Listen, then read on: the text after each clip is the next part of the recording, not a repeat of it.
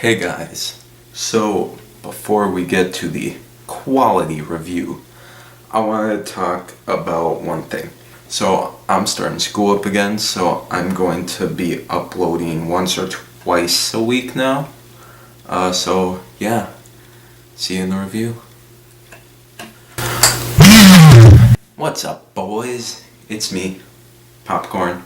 Today we're going to be talking about Birdbox. So, I saw it this Christmas break with some family, so it was interesting to see different looks. I mean, I can't argue, it's a very interesting idea, to see fold out. I mean, you can't look, that's one of the vital, senses. And if you look, oh no, spooky monster. When I heard that, I was kind of like, is this a Quiet Place ripoff? And I am happy to say, no, it is not. Sure, there are a few similar ideas, like instead of not speaking, you can't see anything and still monsters involved in stuff. It is very much its own thing, and it should be seen as that. It's really interesting to see how it goes. And I am pleased to say it is also very, very, very suspenseful. I was like, every once in a while, and it wasn't jump scares. Whoa, that never happens. It's pretty awesome to see it. And I also really appreciate that they show the before the apocalypse happened, or this nightmare, and like during it, and then after. It's really cool. I really enjoyed it because you are in for trying to guess this whole time, and it is wicked, I will say. But there is an issue. It also very much can be confusing, because when I was watching it with my family, some of them were questioning, is this after, or is this before, or in the middle, and it got very confusing at points. So I would say for the average viewer it could get a little confusing. But now I want to break down the before the apocalypse, before/during, and after the apocalypse things that switches back and forth from. So before the apocalypse, it is really interesting because it really starts to build up these characters and really develop them really well. And I was like, whoa, I have high hopes for this. This could be a very well-made film. Maybe even better than A Quiet Place. We'll see. It's not. But yeah, it was really, really interesting that in the starting with Sarah Paulson and Sandra Bullock having this really interesting conversation that ties back multiple times. And they did a great job at showing the chaos also once the apocalypse happened. And also, it was haunting seeing that. It was really, really like scary at times to see it, because it doesn't do it like a general, like everything starts turning into chaos. It slowly starts happening until it goes full force, and it's like boom and bang, you're in the apocalypse.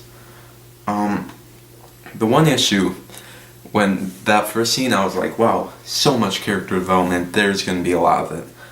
But once it progresses in the before the apocalypse scenes, there is no character development with some of these characters, and it really hurts the film and makes it feel a lot more drawn out, and you've just seen some of these useless characters just there, and it's actually really annoying. I will go on a rant on one of them later. It's pretty litty. Now I want to talk about the post-apocalypse part. I thought it was very cinematic, but it had a wannabe creepy atmosphere, it was just trying to be that edgy little kid in the neighborhood, and it didn't pull it off that well, but it still did set a decently creepy atmosphere when they had the shots with the blindfold. That's one thing I will say good about it. But it was just a wannabe creepy atmosphere. It didn't really pull it off too well. It was just really, oh, we're back to the same exact river we've been at, with fog. Pretty cliche.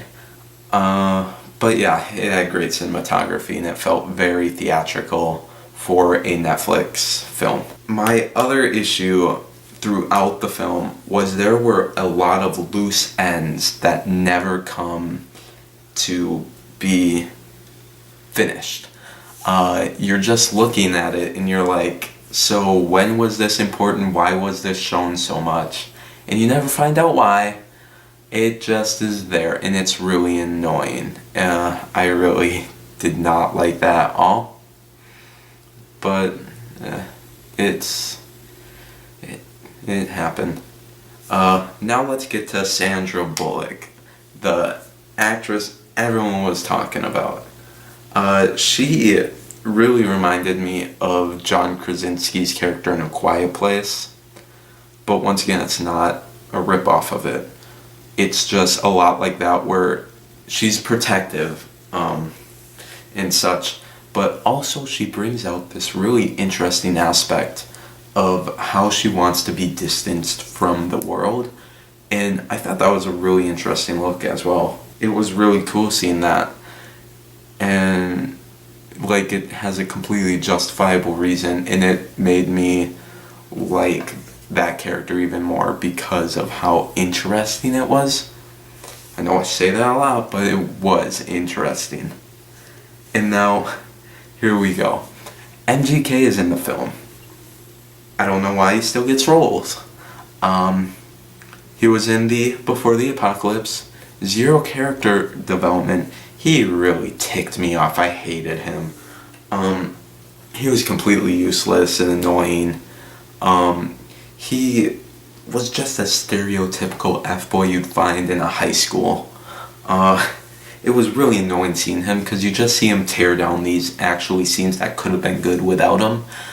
I don't see why he still gets work in Hollywood. He is not likable. He cannot make a character relatable well, I think at least. It's just, it irks me a lot. He should not be in this. There was no reason to. But one thing Netflix did right, they are stepping up their way to being more respected. But they still have a long way to go. This is a very solid stepping stone though, just like Aquaman is for DC.